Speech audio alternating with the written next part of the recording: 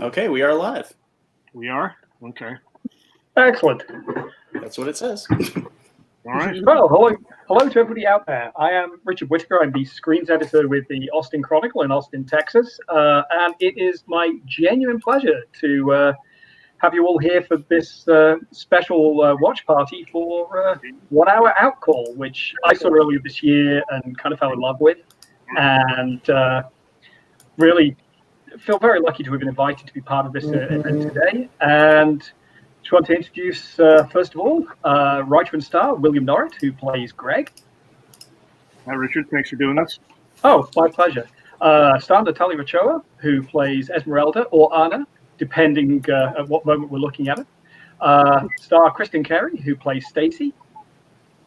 And director T. Arthur Cotton. Hello. So just to run over the format for what we're doing, we're going to talk for a little bit about the film and about the making of it, and then at 20 past we're going to start watching together, and you get basically a one-off, pretty unique director and cast commentary, which is I'm looking forward to a lot myself. So I mean, let's start at the obvious place, which is the writer. So, William, tell us a little bit about the background to coming up with 1 Hour Outcall. Okay.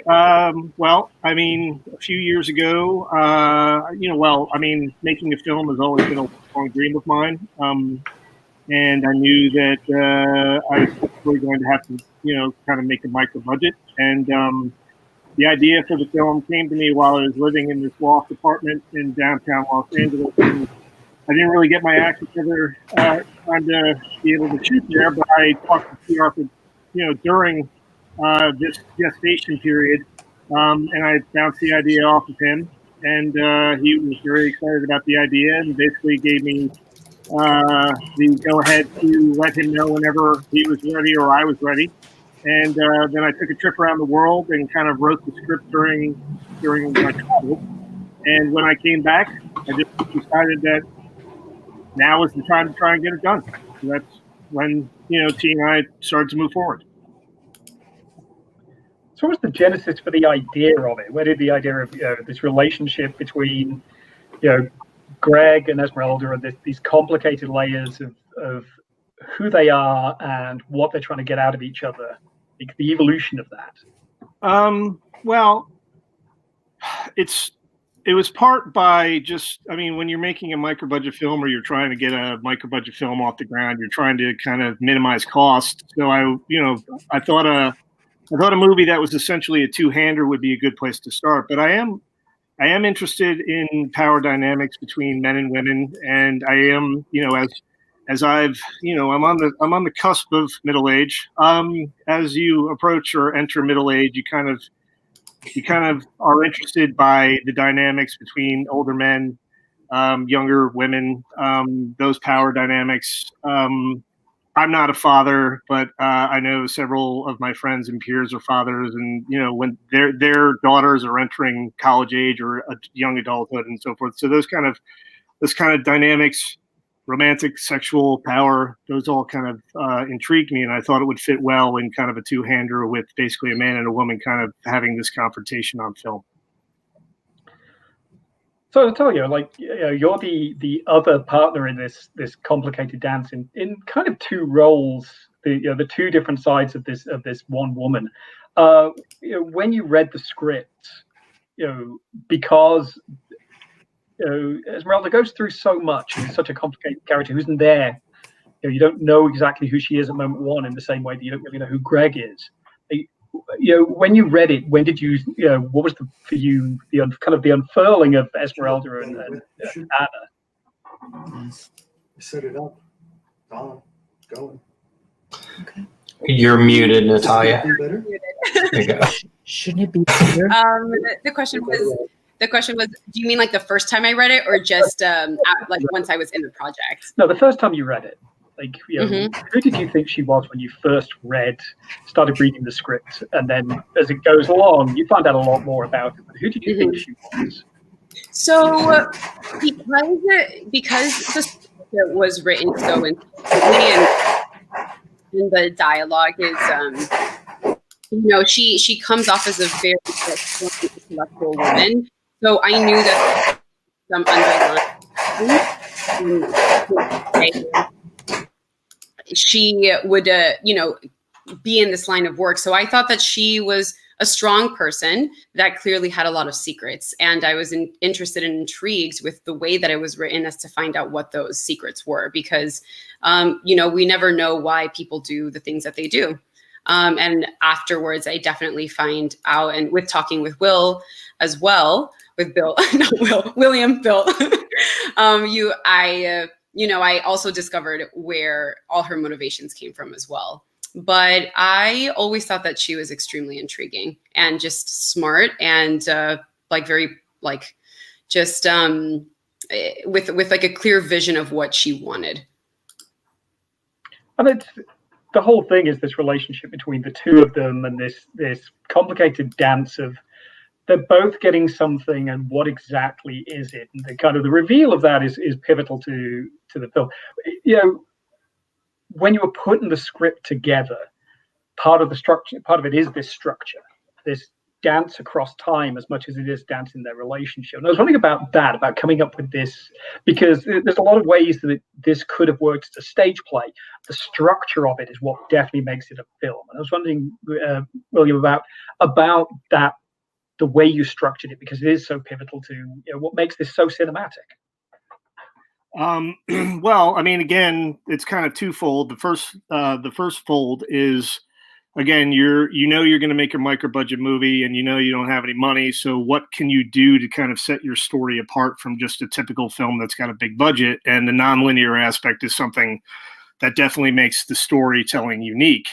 But the second fold is strictly related to the story, and what that is I wanted to have a nonlinear episodic kind of script and story, but have that nonlinear story still have a normal course of arc over the course of the film.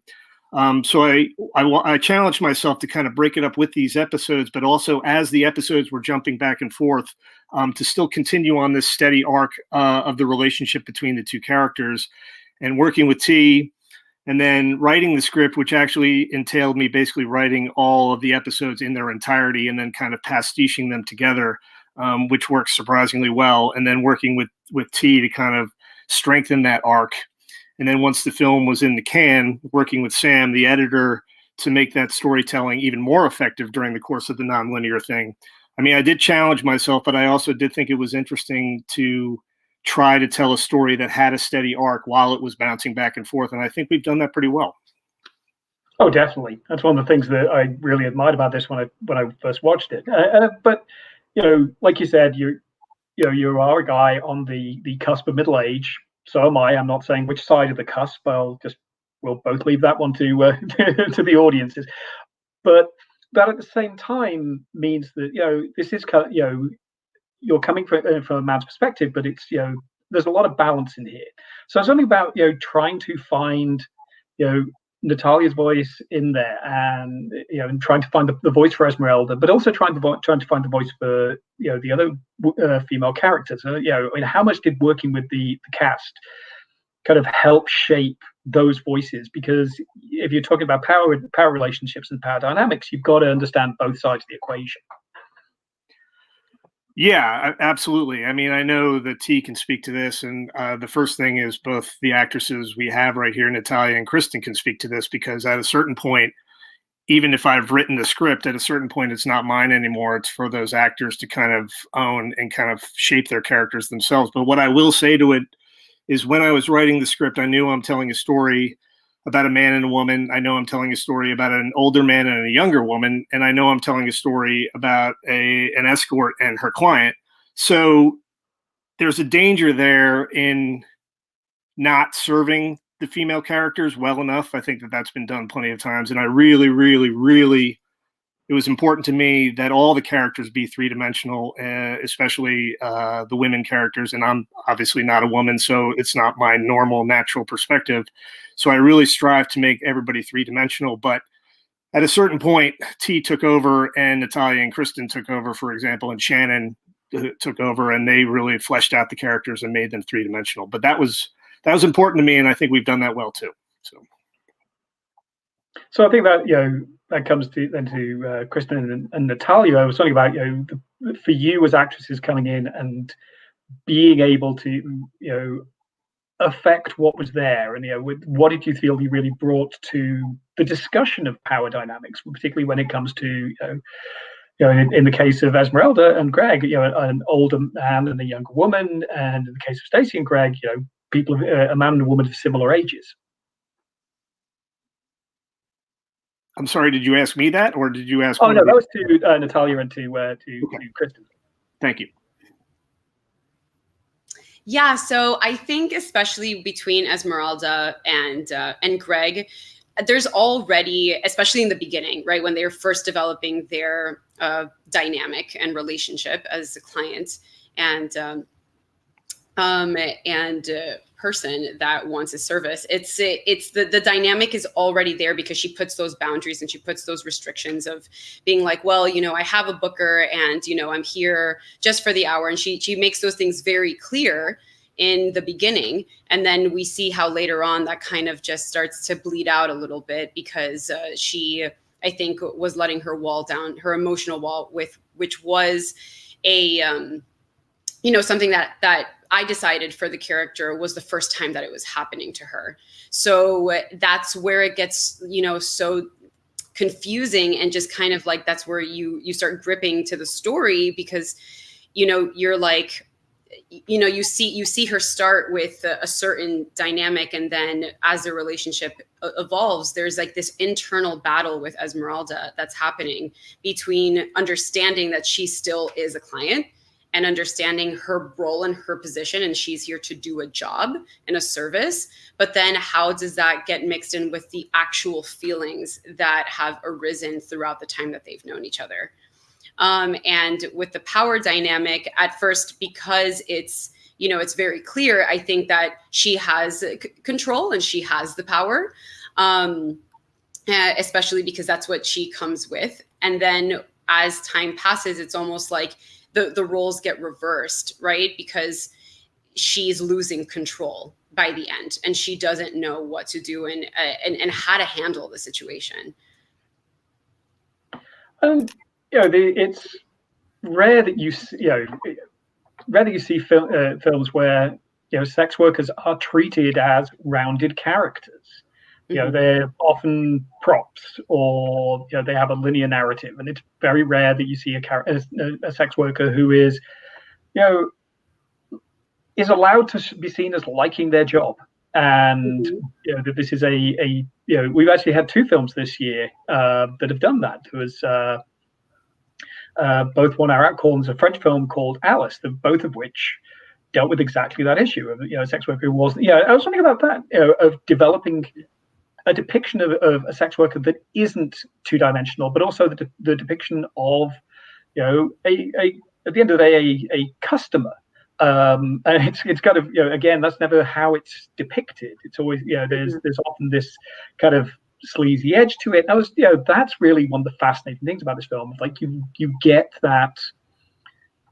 For me, there was kind of that David Mamet edge to it. Like this, you look at an unconventional business and find the humans within it. I was wondering about that, because this just is a topic you don't see handled like this, and people, in these relationships handled in this kind of way. Yeah. So both you and William. Mm-hmm. So here's my kitty. She's joining us. Yeah, I think especially with the way that it's written, I think it came off as something that this is something that she genuinely enjoys, because I definitely made the decision with the information that I was given in the script that this was a decision that Esmeralda made because she actually enjoys sex, and because she actually enjoys this aspect, and because I made the decision that because she came from a life that just wasn't necessarily in service to her, that this was her alternate persona, right? This is where she really got to kind of like be herself and play this character that that she didn't really feel as her student life, right? She just was very determined to get from point A to point B. But with this type of work, she got to just really express her femininity, and she got to express her dynamic of feeling powerful in the moment and in control, because her life has always not been in control, right? And especially because she doesn't have parents, and she just grew up with her grandmother and her backstory. So I really thought, and I did a lot of research on sex workers, and there are many that really love what they do, and it makes them feel extremely empowered because of the fact that they are stepping into like their full feminine grace, and because they like enjoy the aspect of like having the service to a man. And I thought that was really important for me to bring, because that was a perspective, like you said, that hasn't been seen. So, but it does exist. And this is the reality of sex workers, that many of them really genuinely enjoy what they do. I remember there was a moment when Bill was writing the script and we were going back and forth, and he was sending me different drafts of the script, and we would talk about this. And I remember early on sort of challenging Bill in a good way to really explore, why does Esmeralda do this work? I think it's important for the audience to understand where she's coming from. And to Bill's credit, he added the moment where we really see it in their first meeting.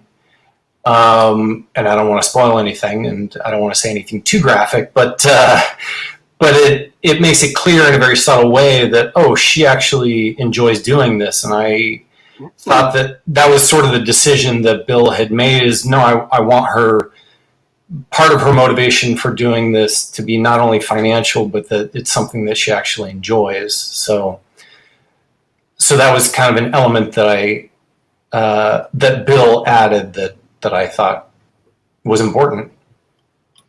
Yeah, I mean, you can have the typical kind of escort kind of John kind of story, and that the escort is downtrodden, or she's forced to do this or compelled to do this, and I think that's been done a lot, and it's not very interesting anymore. What interested me is telling a story where the sex work aspect was important, because that's what she does, but it was fine. There was nothing, it wasn't something that was called attention to all the time, and it wasn't something that was commented on all the time, and it wasn't something where there was any moralizing going on. It was just a fact of life. And then let's go on from there, and let's talk about the story. I'm glad that you brought up David Mamet. He's a hero of mine, and I was thinking about this actually a couple of days ago. And one of the models, I didn't really have any direct model for Outcall, but what I will say is I was thinking about his play, and then later his movie Oleana, just in terms of, it's a man and a woman, it's a two-hander, it deals with power dynamics. It's a vastly different story, but that relationship, kind of older, younger, and them kind of combating each other as the story goes on, is something that I think the spirit of it got into 1 Hour Outcall. We'll actually be starting the film in a couple of minutes, but T, I wanted to ask you, kind of one of the golden rules for filmmaking for a director is keep the writer off set as much as you humanly can. And that's a problem for you there. I was thinking about that, we're talking about power dynamics. I got a bunch of friends who are writers, and they're like, yeah, they bring me in for like an afternoon and go, look, it's your film, and go away. But I was thinking about when you're working with one of your lead actors is also the scriptwriter, and therefore has this different insight into it. But at the same time, as director, you kind of you're shaping the vision of the film. I was wondering about balancing, how you two worked out where the power dynamic was between you two, as both writer and director and actor. It's a great question, and so it's kind of a complex thing, right? Which you've alluded to, and I think that Bill and I navigated that fairly well. I mean, for me, it was a challenge in a positive way to be working within a script, because a lot of my films are improvisational, and I did want to work with the written word, because I think that's a different kind of challenge for a director. And I was really looking forward to that. And Bill, we were going through this process for years before we ever started shooting. So we had kind of developed a rapport that carried over onto set. And I'm not going to say it wasn't stressful, but it was the same kind of stress that you have for any kind of shoot. It wasn't the stress of like, oh God, I can't do what I want to do because the writer is here. It wasn't that kind of stress. It was the normal stresses of, is everybody going to show up today? It's a micro budget.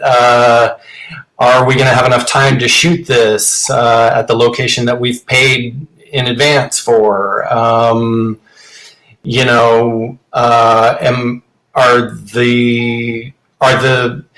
the actors going to feel safe in this environment to be able to express themselves and to be able to explore the lines that are written? And it was tempting at times for me to fall back onto, well, let's just improv it because I know that works because I've done that before. But, it's just a matter of like, okay, what is working for Natalia? What is working for Bill? What is working for Kristen? What do they need to get them to a place where they are connected to the lines and connected to their characters and connected to the performances?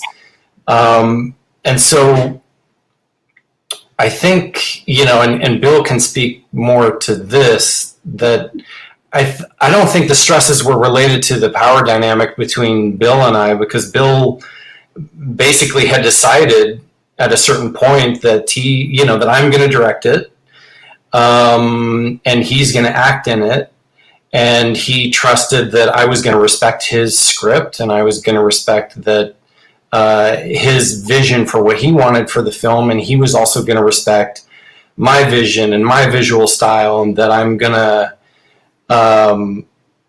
make the film the way it should be made. And Bill tells kind of a funny story. I don't know if you want to tell it, Bill, about you getting more takes, or you getting less takes than Natalia, and Right. I think that kind of firms up, like, okay, Bill trusts me to direct this film, that I'm going to do a good job. Well, here's what I will say. Like, when I wrote the script, there was a brief moment where I entertained the notion of directing it myself. And I was already kind of on the way of kind of discarding that idea when a friend of mine was like, you'll lose your mind if you do that. That's way too much for you to bite off. And I agreed with him. But more importantly, it was an artistic challenge to myself to trust somebody else with my work. I've directed a bunch of my own stage stuff. But this was a big thing for me to kind of to write something and then hand it over, not to mention the fact that I was going to be acting in it. So I needed to trust somebody. And I've known T for a long time, and I do trust him creatively. And I think that with very few exceptions, I was able to just kind of go, no, he's directing this. So it's like, I don't think it really came up at all. I think perhaps maybe there were individual lines or different parts of the script where I kind of resisted a little bit and kind of maybe marked my territory as the writer. But no, I really wanted to trust somebody else with this. And so I think once we got on set, like T says, my concerns and my stresses were, are we going to make our day? Are we going to have enough money to shoot next week? Are we, it wasn't stress about the power dynamic between the director and the writer. It was just it was the stress of just making a micro budget film. So. Well, you didn't tell the story, Bill. Oh, what's the story? All right, I'll tell the story. Yeah, tell the story. So Bill and Natalia have very different acting styles, and Bill, I think, he generally would get, and he was very familiar with the script. Not that Natalia wasn't. We had rehearsed quite a bit, but Bill, had been living the script for a long time. So, and different acting styles. So Bill, he would get it usually on the first take was the take that we used, the first or second take. And then beyond that, I would notice the more direction I gave him, the more he would tighten up and get in his head, and it just didn't come across as natural. Whereas Natalia was the opposite. She would give a great first take, and then a better second take, and then a better third take. So it was like she was getting warmed up. So the more takes we did, the better her performances got. And so I just kept doing more takes, and she would communicate that to me, like, okay, I want to try something different here. I want to try something different here. And it was exciting and it was fun. Not that it wasn't exciting and fun to work with Bill, but at a certain point, Bill came up to me and said, hey man, do I just suck? Like, are you just giving up on me? Like, you're giving Natalia all these takes and you only give me one or two, at the most three. And I said, Bill, do you think I'm trying to make a bad movie? I think that. Bill, what are you saying, Bill? Do you think I'm deliberately trying to make a bad movie? At which point I kind of recognized my paranoia. So yeah. So I think that was kind of the moment of trust. It's like, oh, okay, he's trying to make a good movie. He's, Well, I think it is time to actually start watching the film. Yay! Which I hugely enjoyed the first time I saw it. It was one of these films that, as I was watching, I was kind of put the pieces together, feeling it unfurl, it's so performance driven in just all the best ways. And like I said, I mean, this could have been very stagey, but you bring something really cinematic to it, and that's really where it really shines for me. So oh, thank you so much. Yeah, thank you very much. So I'll hand it over to our tech guru, Sam, to explain exactly how to watch along. And the brilliant editor. Sure. Oh.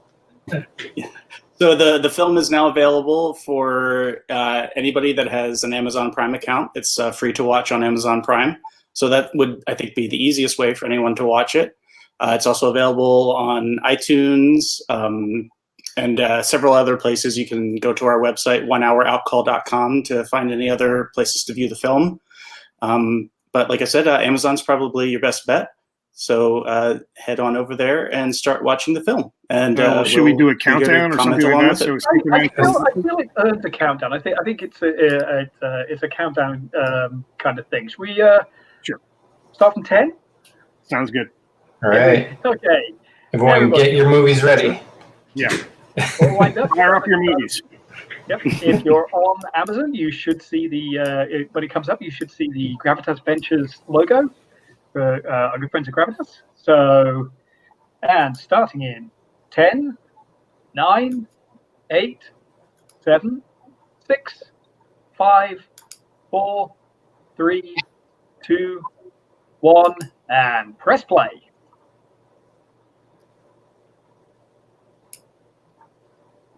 It's playing. What's happening? Okay. Yay! All right. Thanks for joining us. Thanks for hosting this, Richard, and the Austin Chronicle. Thank you to the Austin Chronicle. Absolutely our pleasure. Playing. What's happening? Okay. Yay. I've got mine muted. I don't know if. Thanks for hosting this, Richard.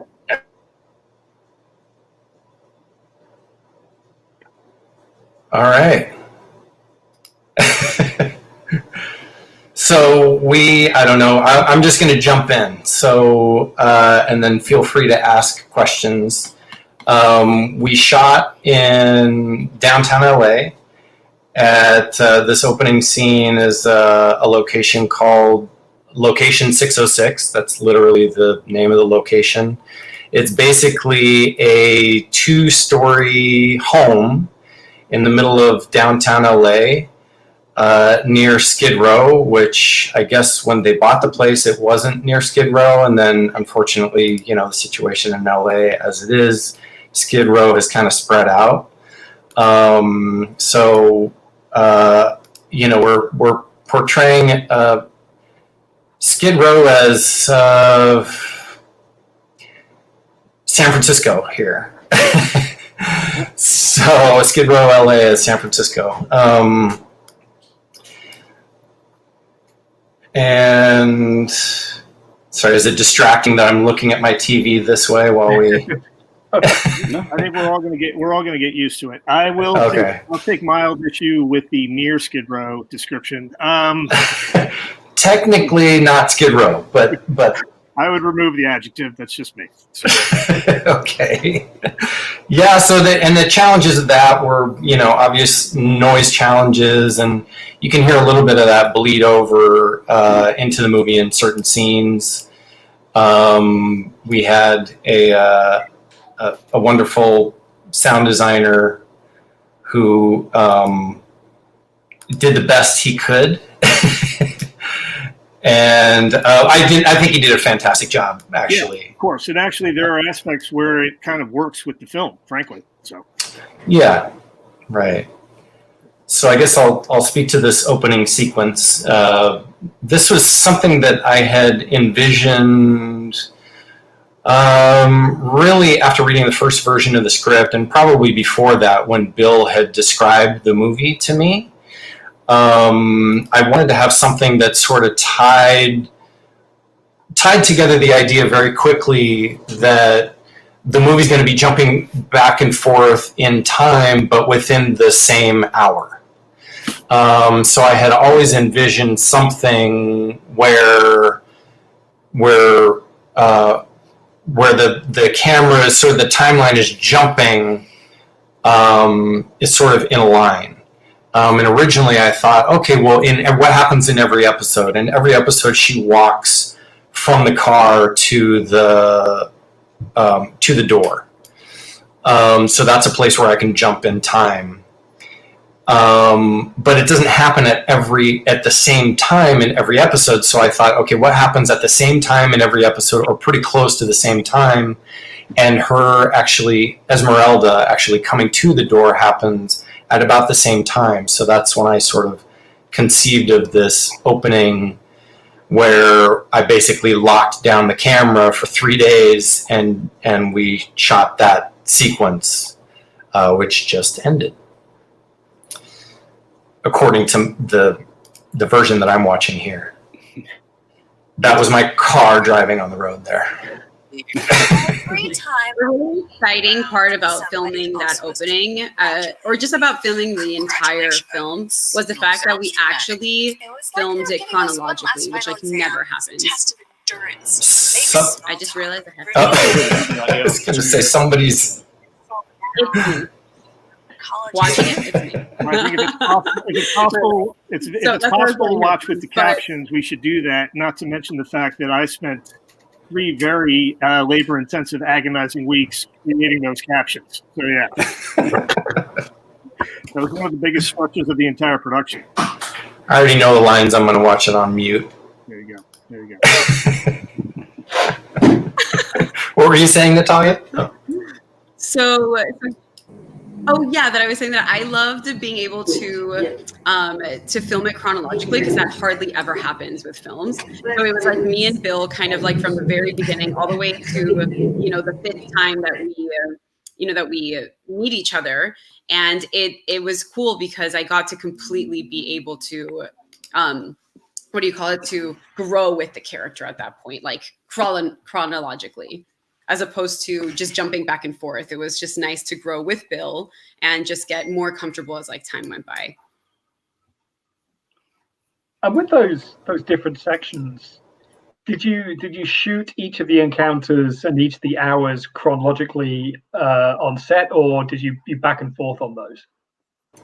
For the most part, we shot in chronological order. That opening sequence, obviously, we shot that within 3 days. So that was the only, not the only part, but one of the only parts that wasn't shot completely in chronological order. But even that, for the most part, we did. And then after that, everything that takes place in this location was shot in chronological order. I think that the only exception to that is the bathtub scene, which we shot in a different location. Yes. Yeah. The infamous bathtub scene, which he and I, over the course of the production, just kept going. We don't have a bathtub yet. when we just waited until the very last possible minute. The bathtub and the abuela. Those were the two things where we just kept kicking the can down the road and like, we don't have to solve that yet. We don't have to. And the car. Yeah. Oh, right. And the car. Right. Yeah. Right. The car that, well, I don't want to spoil it yet if people haven't seen it. Right. Wait till we get to that section of the movie. But yeah, those were things that were in the back of my mind the whole production. I'm going, man, I know you think it's easy to get a bathtub, but I'm not so sure about that. I like to have everything lined up, everything kind of locked in. Otherwise, I don't trust that it's going to happen. And that is a lesson I learned. It's like it's never too early to lock up the bathtub. Yeah. I forgot to say, Peter Fintrip is the sound designer and the colorist who did a wonderful job. I don't know if are we all muting our versions of 1 Hour Outcall as we play them? Yeah. Oh, okay. Great. The car scene. I was very proud of this car scene because the car is not actually moving. So Sam added the movement in post-production, and Sam and Bill held lights up in front of the car, up on ladders, I think, right? Oh yeah. To give it that kind of downward motion. Yeah. So I'm slightly more proud of my light waving than I am of the actual script, because you can watch the car and it actually looks like there are taillights and brake lights that are moving past the car. Sam and I did. That's where Sam and I really grew to be friends, actually. I didn't know Sam that well when the production started, but the two of us at 2 a.m. just waving lights at a non-moving car really brought us together.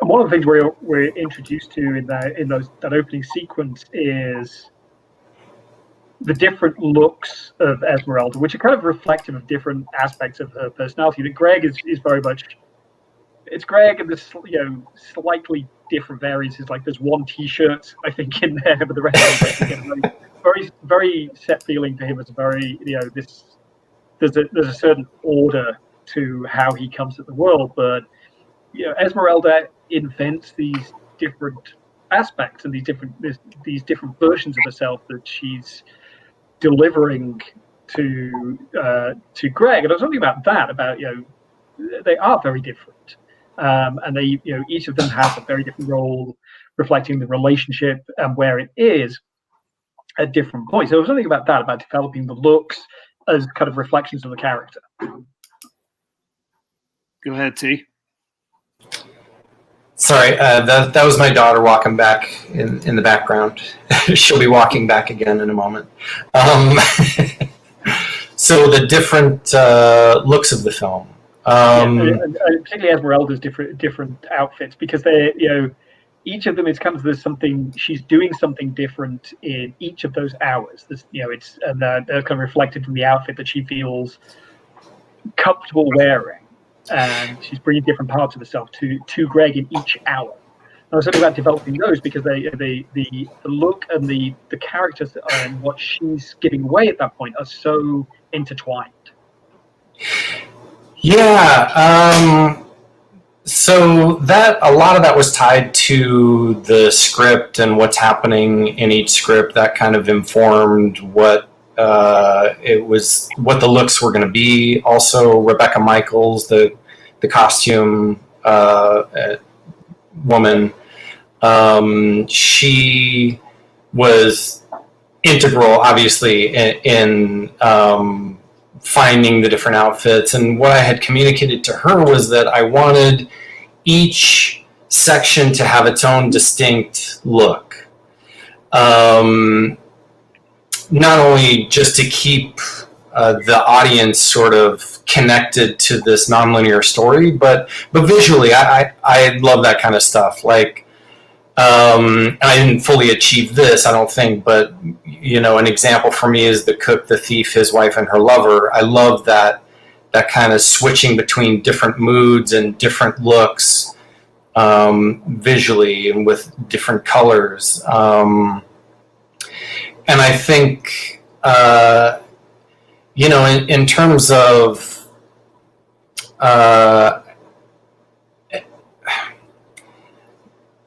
sort of informing what's going on with Natalia and what's going on with Bill, it was that part of the question, that sort of emotionally what's happening with them? Yes. Okay. That was not as conscious. I mean, you know, I think there's a certain element of just kind of going with your gut. And Rebecca would bring me certain outfits, or we had a session where Natalia tried on different things, and in terms of that, I just kind of went with my gut, and obviously with input from Rebecca and with input from Natalia. And that was really helpful because I got the woman's perspective on, like, oh yeah, I think this is really hot. And, you know, I mean, I really kind of took their guidance in that, because I did want it to be empowering for Natalia and her character, and I wanted her to be comfortable with what she was wearing on screen.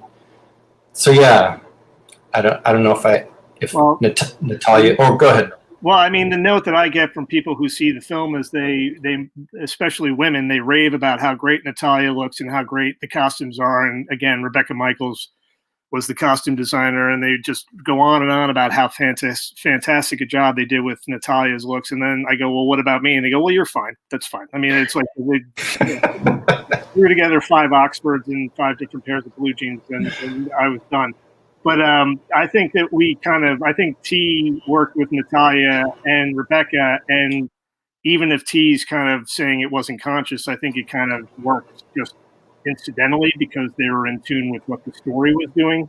And I do think that the costumes also reflect kind of the arc of the mood, and whether it was happenstance or not. And I don't really think it was actual happenstance. I think it was like it was ingrained in what they were doing. I think it works very well. Thanks. Sure. Well, now we're looking at the light in the foreground, which is one of the examples of one of the shots where T was very meticulous. It would take a while to set up, and I would be sitting there going, "We need to get moving. We need to get moving. How's this going to look?" And then when I actually, I'm like, "Well, that was definitely worth the effort. It's a great shot." So, thanks. Many of those examples. So. Well, there was a lot of controversy around that one light. I shopped for a long time and found just the right light, and I fell in love with it, and you know, I knew that I wanted it, and one of the crew members, probably Jim, because he was for the most part the only other crew member for most of the shoot, opens up the box and says, "Well, there's no plug on it. We can't use it. So we're moving on." And I'm like, "No, we're going to figure out a way to use it." I was like, there's got to be some way that we can rig this thing up to actually. I was concerned that their rigging it would burn down the building. So yeah, I was a little right. It all worked for the best.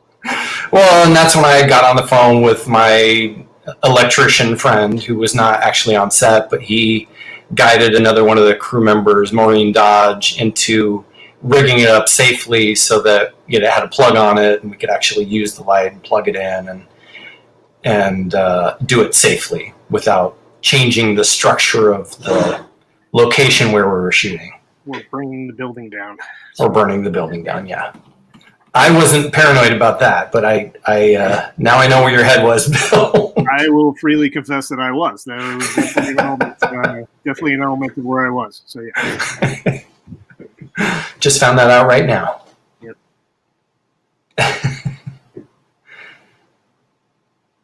The section which we just had with the books is one of my favorite moments of character development for Esmeralda, because it's the point where she really, you can feel within the arc of their relationship where she's going to go, yeah, do not underestimate me at any level.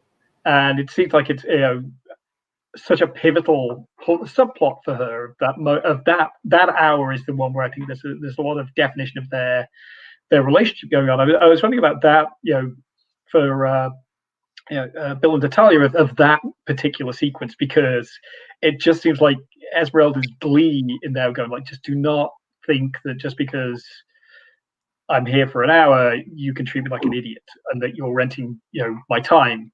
Don't underestimate me at any level. It feels like, it's one where she's really stepping up and saying, okay, this is, she's prepared to test him at that moment. I was thinking about that particularly for you, Natalia, was like that section of the film and that bit of the performance. Yeah, so that one was my favorite. I loved it so much because it was a lot of fun to, like I said, play with the language of the script. And especially that's what I was talking about in the beginning when I was talking about the power dynamic and how she, her character, her as Anna, right, gets off as being Esmeralda, right, because she steps into this role. And then her fully stepping into this role is kind of just testing the waters and just letting him know where we all stand, like where the both of us stand in this dynamic. And it's just like so much fun to play and just to be, like I had a lot of fun just playing with him, testing him, like you said, and just letting him know. I was setting the tone, if you will, in that first episode of just what to expect, because at the end of the day, it's like I do see it as a job as well. And this is part of the whole aspect of what I do. Like, I think that she's a very intelligent woman. So she is like, how am I going to play with this right now? How am I going to like treat him differently than I do another client that maybe doesn't like reading as much, So it's like she almost like walks into his house and observes what she sees, and then she's taking in who this person is, and then kind of just like taking it in like as a sponge to know what he likes, and just to just to have fun with him. Well, yeah, I mean, it's their first meeting, so being a sex worker inherently involves some danger. So I think that she, Esmeralda / Anna, in that episode, in the script that I wrote, is clearly setting the boundaries, and she's kind of keeping him on his heels. And the way she's keeping him on his heels is by kind of throwing his library back in his face. Like, she's basically going, I know these names. I know what you're up to. I know what you're about.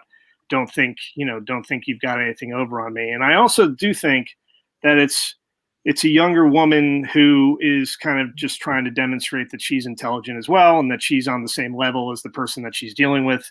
And again, as you go through the different episodes, if you go in chronological order, then that wall kind of comes down for her. But this first episode, she's definitely got her wall up, and she kind of is using the banter to kind of make sure that Greg knows that wall is up. Mm-hmm. Yeah, exactly. Just like treating it like that. That's like, I like to say that that first scene is like her at her fullest persona. And then by the time that we get closer and closer, it's just like, that's not who she really is. Like it starts like going from Esmeralda to Anna, right? Yeah.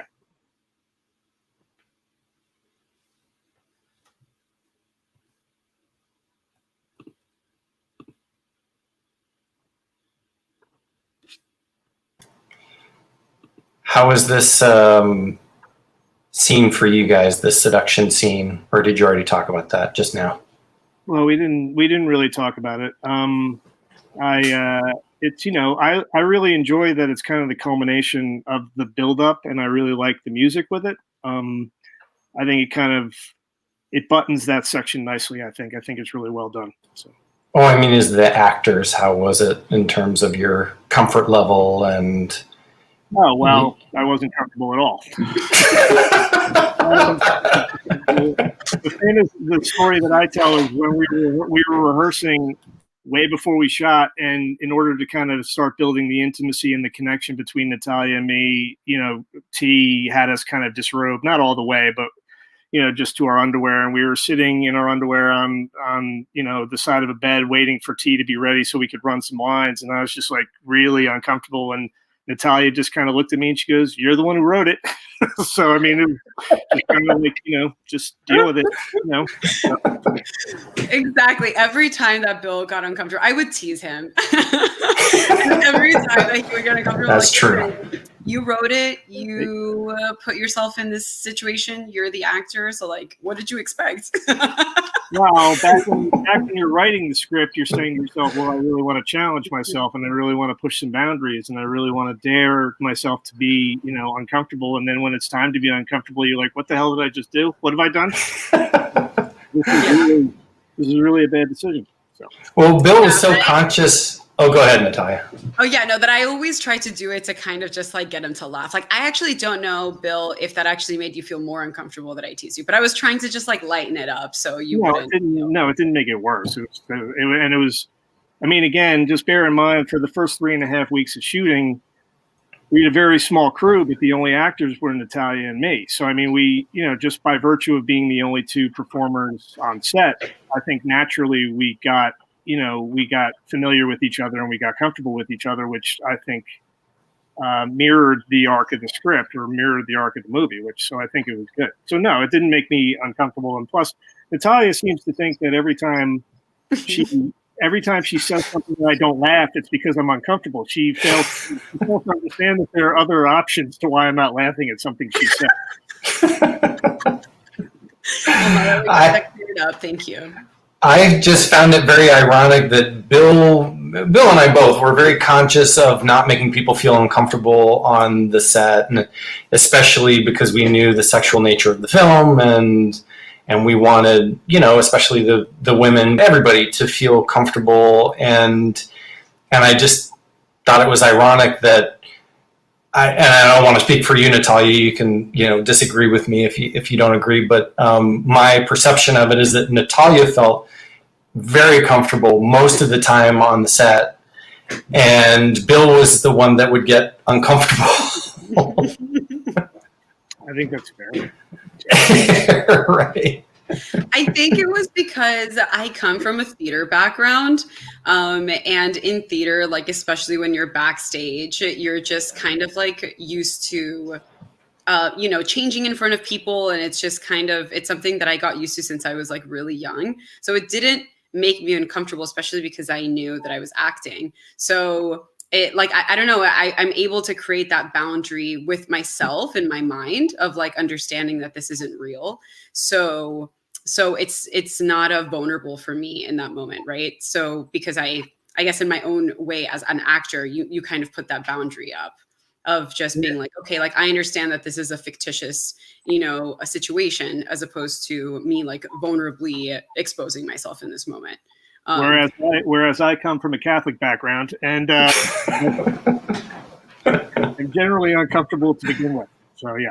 Yeah, I'm also as a person, I'm also very open talking about sex. I think it should be totally normalized and just like, it's just like everyone has it.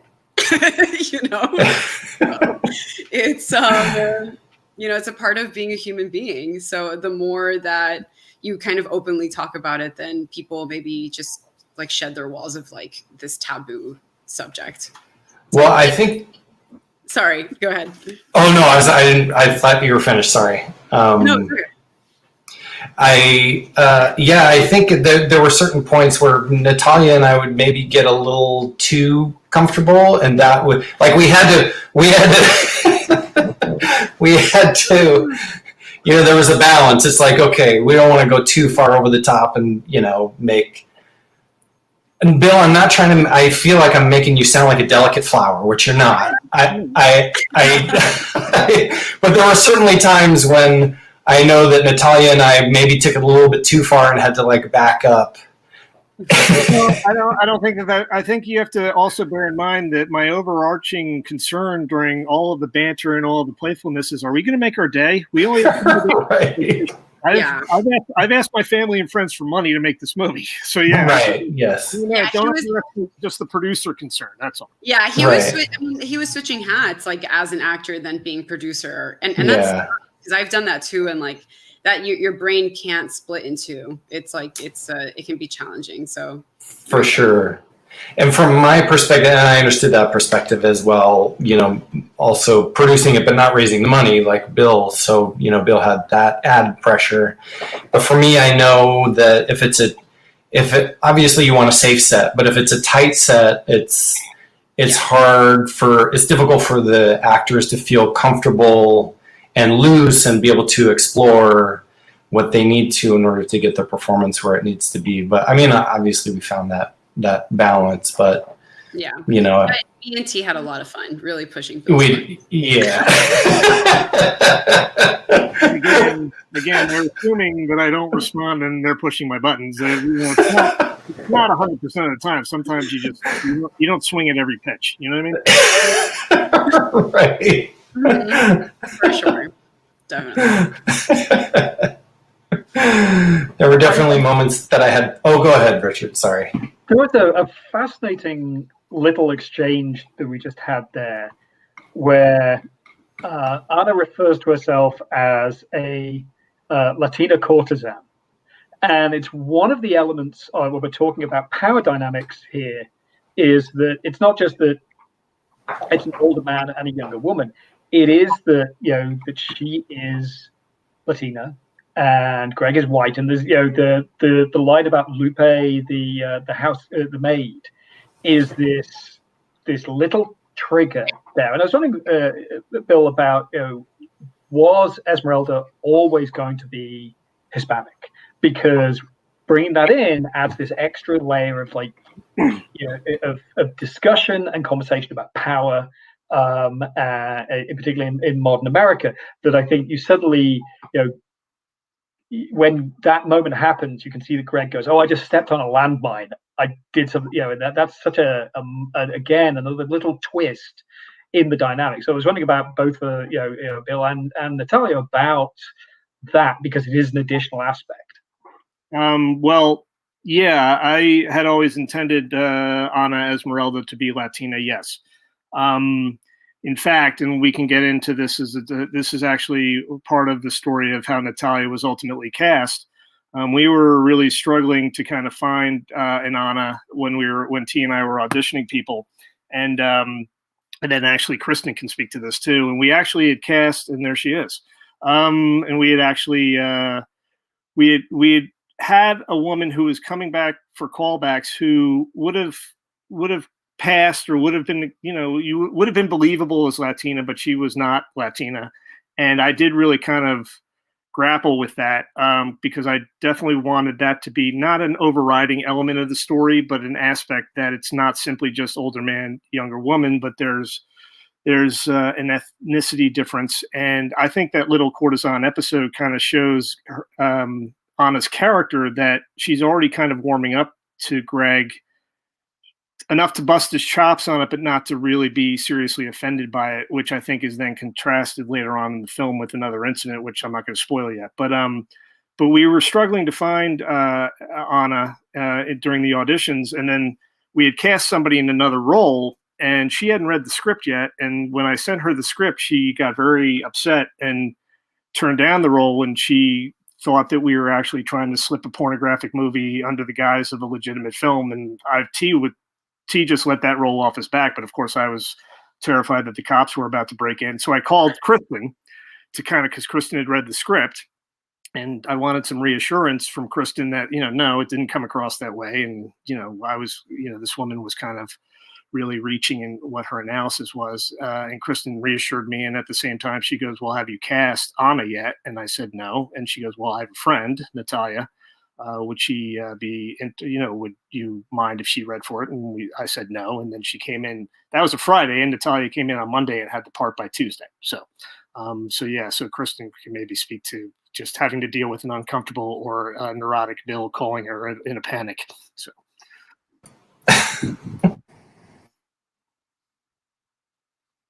Unless she can't hear us. Well, it's really cool because, sorry. No, I can't. Okay, I don't know if you can, this, my internet is terrible, but Natalia, I had, hear me? Only really every other word.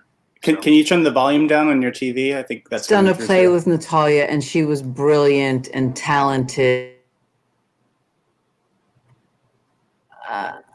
Is that what's going on? It's the movie. Okay. Is that better? Try again. Oh, forget it. We heard you say, "Ah!" Okay. I I wish I knew sign language. Anyway, Natalia, I was doing a play with her, and she was brilliant and funny and beautiful, and she was perfect for this. And I couldn't believe it. And I was so hoping she would get it. And I was so hoping she killed it. She went in there and just killed it. So I hope you can hear that, Natalia. You were Yes, brilliant. I heard that. Thank you so much. Yeah, it's funny that Bill says that she auditioned on Monday and got the part on Tuesday, because in my mind, she got the part on Monday when she auditioned. Like, there was no doubt in my mind. I think that's fair to say. Yeah. But yeah, Bill was very pragmatic about it and said, let's sleep on it and make our decision tomorrow. And I'm like, we can sleep on it, but that's Esmeralda.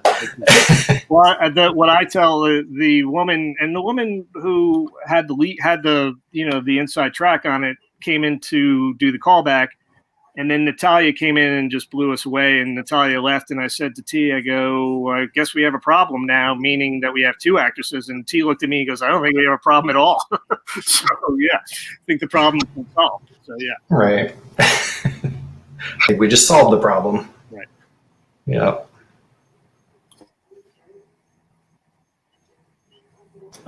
One of the fascinating parts of this is the dinner segment of the story, which is the one time where you blow the world open, and it's not just them in the apartment. It's obviously so pivotal to everything that's going on. But I was wondering about, you could have done this solely with them in the room. What was the moment where, as a writer, you went, I have to break this open. We have to actually see what happens at during dinner, particularly because you were talking about this is indie filmmaking. This suddenly means that you go from your nice sealed bottle, single location to Handa to okay, we have a location, we have a complicated location, we've got more characters being introduced. Like as a writer, that's and as a producer, suddenly you're putting a big new change into it that is going to affect everything from on the production side and in the storytelling side. So I was thinking about that, Bill, of like bringing that element in. Sure. It's ironic, of course, because again, I talk all this talk about how we're making a micro budget film, and we have to keep costs in mind. And I sat down to write a micro budget film with the script, and I'm like, oh, I'm really keeping things small. I'm really keeping things inexpensive. And then I read the draft, and I'm like, you have a restaurant in here, idiot, and you have a moving car in here, idiot. Those things are not cheap. But it was important to the story because they have this arc. Greg and Anna Esmeralda have this arc, and then it has to be kind of put into the world, and this little cocoon that they've been kind of building their intimacy in has to kind of get broken by real life, and kind of interrupted by real life. And they're with escorts and with clients and so forth, obviously the relationship is in some way built on fantasy, depending. And this was just kind of a way to kind of just tear the fantasy down. And to T's credit, I mean, I had the restaurant scene throughout, but T really worked on me to kind of really work on that scene and sequence myself to really tighten it up and really kind of let it serve as kind of a release. You're kind of cooped up with these two people for an hour, and then you get to the restaurant, and it kind of not only gives everyone kind of a sigh of relief. There's also some comedy where it's a little bit more fraught during the first hour. The comedy really tends to work. And then it's just kind of on rails in terms of the pacing, and in terms of the structure, it's a little bit more conventional and kind of just really brings the film to a conclusion. So it works on both a film level, but I also think it works on a story level in terms of just, you're right, taking them out of this fantasy, apartment and putting them in the real world. And it also means that that's when you see Greg and Stacy, who Stacy is the character who clearly has his number more than anybody else until Esmeralda's revelation. I was talking about that, Kristen, of Stacy as a character and how you came at her.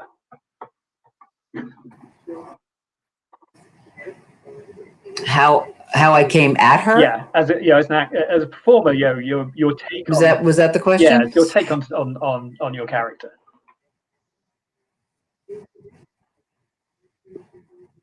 Well, like you said, I feel like she's the grounding force. She does have his number. There is a huge history with him. So you see who he is, Esmeralda, but also who he's a man and a father. I don't know if you guys can hear me. The great thing is Bill and I have a history. So it was a great fit and we had a blast because we have known each other for a while.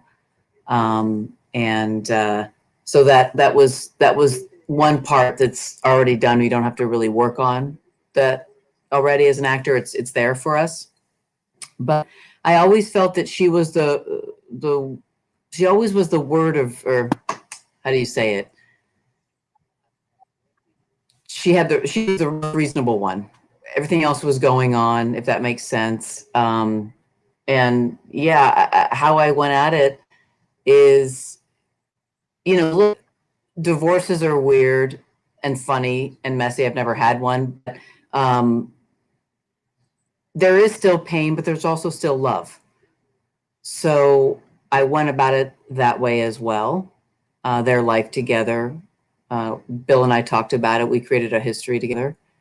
And then where we are now, if that makes sense. Yeah, no, yeah. Am I? Fine. I feel like Fine. I'm talking You're into good. an ether. You're good. The joke that I make is the joke. Okay, so, sorry. It's just you guys. The joke I make is Yeah. that Stacy is the adult in the movie. So Yeah. I mean, she's the grown up in the film. So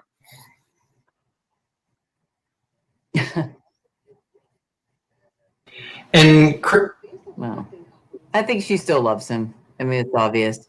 I think so too. I mean, just to echo what Kristen said, I thought that they had great chemistry together. And the great thing, Kristen, I don't know if you realized that you did this, but it was pretty incredible that, when we started shooting the restaurant scenes, Bill's level of stress went like this when you were around. he was just a different. He was just much more calm. Like, it was great. I mean, it was a great. Not only do I think that comes across on the screen, but I think it helped in terms of just the energy on set of like there was suddenly this new life, and Bill was more calm and seemed to be having a lot more fun, and Oh, well, I had produced a play that I had cast Bill in, so the roles were reversed. Back then, he saw me stress out. But no, Bill, you guys, that was a tough shoot.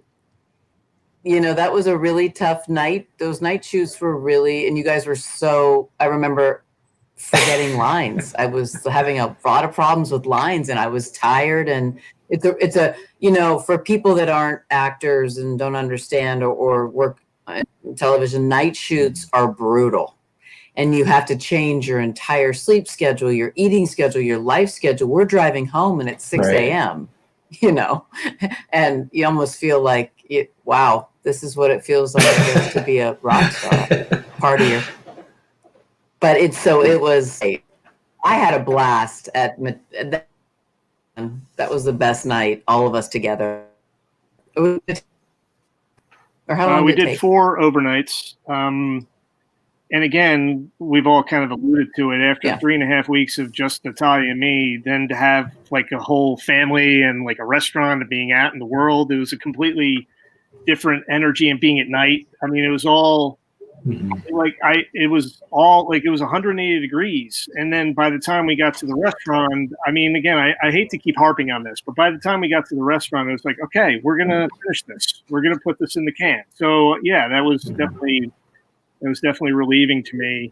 But I just think every kind of aspect of what we were doing after the first 3.5 weeks was kind of reversed from what we had been doing. It's just such a switch up. So, and I think it, again, served the story and served the film.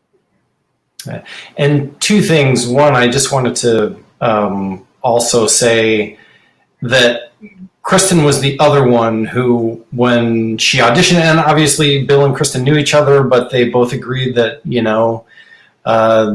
that she would audition for it, because I didn't know Kristen at all. And it was another moment, just like the Natalia moment, where I said, well, this is obviously Stacy, So it was kind of a no-brainer to cast Kristen I wanted to be fair and impartial, but it was pretty. I was not surprised, but I was relieved. Kristen walks out of the room, and T's like, "All right, well, I think we solved that one."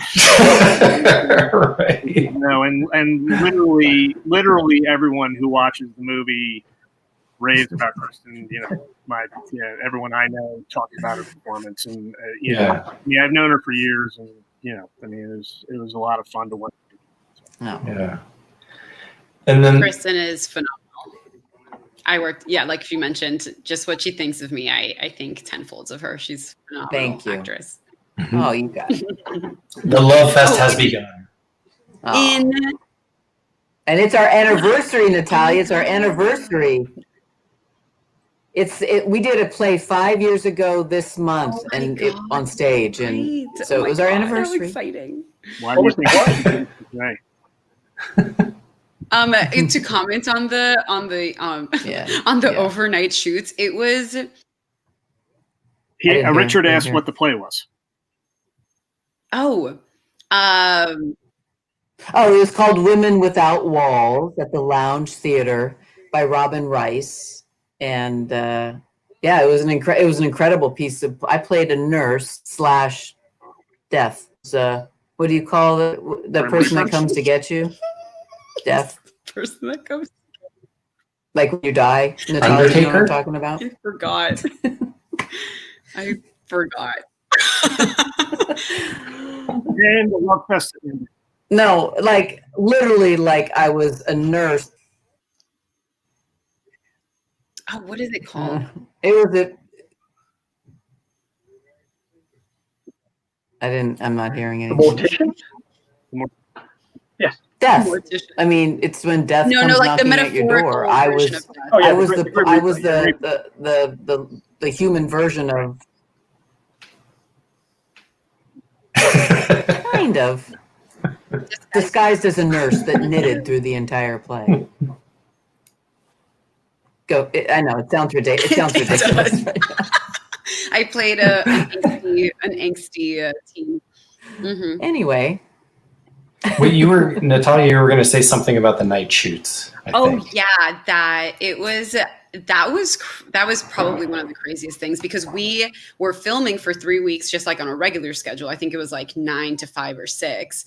And then all of a sudden it just started I had to I think in a day, completely switch my schedule to be awake from 10 p.m. to 6 a.m. And I remember actually falling asleep in one of the teams that wasn't mine. And I would wake up and be like, oh my God, where am I? Well, I do remember. Oh, go ahead.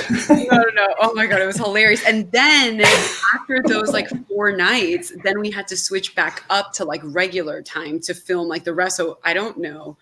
I think I slept for 3 days after we stopped filming. It was my body was very confused.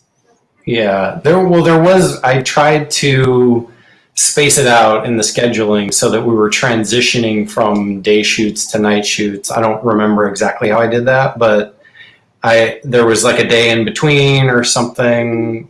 I don't remember exactly, but yeah, just to clarify for people that are watching, the whole movie takes place at night, but all the scenes that take place in Greg's apartment, we shot during the day, and we blacked out the windows with a blackout material called Dudatine.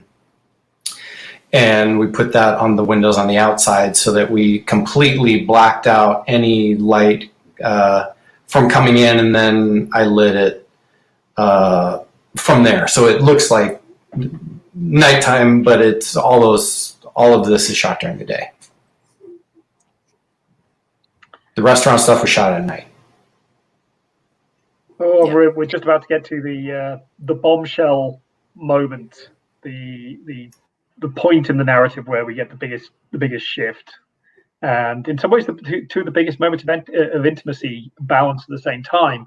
The pivotal encounter at the restaurant and the bathtub scene. And it's interesting that those two are balanced. That we're kind of moving into this closeness and the point where everything blows apart. There was a bit only Bill about writing that, because it seems to be it's such a moment where you go, here's where paths could have gone either way, and we have this one instant that pretty much scuppers this the bathtub scene is the most intimate in so many ways. Like putting them together, and particularly like having this moment in the restaurant scene. We're pretty much halfway through. Like, was it ever earlier or later that we have that? Okay, here's where the bombshell drops.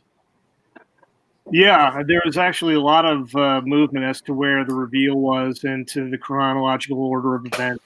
I originally had the script with the restaurant scene more interspersed during the night, and then we moved the whole thing to the end. And then T and I worked pretty closely about where the right moments should go. And we shot the script for the most part the way it was written. We did little beginnings and little ends because we were doing different episodes and we wanted heads and tails. And then Sam did a great job editing, but he was really faithful to how T and I had laid out the script. And then we watched the first cut. And it was kind of like, well, this is good, but we can, Sam made the point that he thought that we could tell the story more effectively. And, T trusted Sam to go off and take a crack at it. And I was the writer, not the director. So I was more than willing to let Sam take a whack at it. And so Sam came back with that second cut. And in terms of chronology, it was really close to what it ended up being. So I do think it's one of those things where as a writer, I was kind of building towards that kind of kismet moment where the intimacy is kind of bookending the revelation, but I don't think I hit it with the script, and I think it was T's direction and then Sam's editing which really got us all the way home. Yeah, I think actually in the very first cut of the movie, the restaurant scene was one big one big scene. It was like 15 minute long scene. Right. And then we broke it up as we furthered along in the editing process. Yeah, it was originally written to go on the end. And but even writing it, and I think Bill, you and I had discussed this, that it was always kind of intended to sprinkle throughout. There were going to be the movie. Yeah, yes. I mean, but that was really kind of a process in us finding kind of the right mix of where it should go and how many pieces should be given along the way. And then Sam's second cut really brought it all the way home. Oh yeah, yeah. Sam found all these little nuances and connections that. Mm-hmm. It was really kind of impossible to find in the written word, and even in shooting it. That it's like those are things you can really only find in the editing, and Sam just did a brilliant job of finding those things. Sam, let's talk about the editing process a bit, because there's such I always say that the closest relationship for a director is often with their editor, and there's so many filmmakers I know who, they say, if I can't work with the same editor I've always worked with before, it throws me, because it's not a bit of the process that I think a lot of audiences think about in kind of a glamorous way, but the structure that the editor creates is so pivotal. There's something about with having Bill be so involved and working with T, like the process for you as an editor of trying to find where the structure is going to be, because this isn't we're not talking like, oh, how long do we hold this shot for? We're talking about constructing the form of the narrative. Mm-hmm. And that's where the editor is really going to come into their own. I was wondering if you could just talk about that, about finding the beats and finding the rhythms, and how you worked with Bill and T to kind of find how this was going to flow. Sure. So like as Bill said, when we did the first pass, I did basically verbatim what was in the script that we shot. And after our first screening with Bill and T and I, we decided maybe we could tell the story a little bit better, or have our narrative. In the initial cut, the emotional arc of the movie was kind of going up and down. There wasn't a good consistent ramp up, I felt.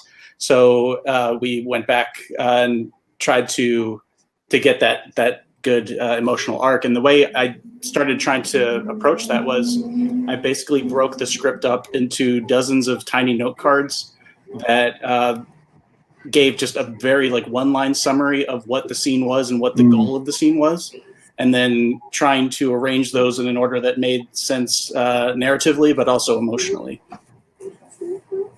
And then the process of actually cutting I would go off and do a pass and bring it back to the team, and we would watch it and discuss notes as a group, and then I would go off and do my next pass. So it wasn't quite T and I working side by side in the edit room, but it was more of a collaborative notes process that I went and then distilled into the cut. Yeah, and I'm so used to editing my own stuff historically. I trusted Sam. Sam came highly recommended. I knew that Sam was really interested in doing it, was excited about it. And I know that as an editor, when I've edited other people's projects, it can be restrictive to have somebody over your shoulder the whole time. And I felt like Sam had a good sense. I mean, just from the first cut, I thought he did a great job. I'm like, okay, he even before that, actually, because we had him, Sam was on set, so he was editing as we were shooting. And I could see just from what he had put together while we were shooting, I was like, okay, well, this is coming together nicely. Like, I don't need to be over his shoulder, telling him what to do. And he, put the whole cut of the movie together, basically like Bill and Sam said, the way the script was written. And I knew that it was probably going to need to deviate from that.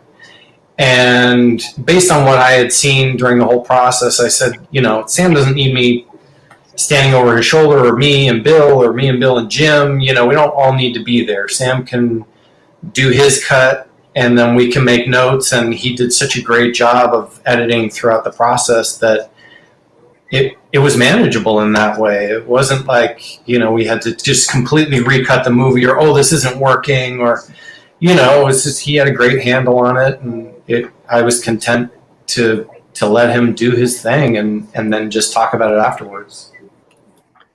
So if you're used to editing, why did this time did you go, okay, I need to bring an editor in? What was the full process there? It's a lot of work editing. And if somebody else is happy to do it, I'm happy to let them. Well, I think also a reason was you wanted somebody on set to make sure, because we were doing something so different, you wanted to make sure it would piece together in a way that made sense while we were shooting it, just in case if it didn't, we could go back and shoot something else. So I just started as the on-set editor and then just kind of rolled into editing the whole film when we were finished. Is it? I was pretty sure you had in my mind you had the job before we started, but well, in my mind too. So yeah, but the irony was I didn't know Sam beforehand, and then the relationship or the work process that he and T were going through on set, I assumed that T knew him. So when T's like, no, I don't know, I might just I was kind of amazed. So it was definitely a blessing to get him. And I really, as this being my first feature, I don't understand why everyone doesn't have an editor on set. It doesn't make sense to me. So I thought it was a world of help. Yeah, I had done that on a previous film and saw the benefit of it, and that's why it made sense to do it on this one. Especially with that opening sequence. I mean, that was, 3 days of people saying, are you sure this is going to work? Are you sure this is going to work? That opening door sequence, and me going, Sam, let me know as soon as you got that sequence cut together, because I got to know if it works now, because otherwise we've wasted 3 days. So yeah, I remember showing it to you, and you were just like, oh, thank God. I think it was more than that. I think I was literally jumping up and down for joy when I saw it. That's my memory of it.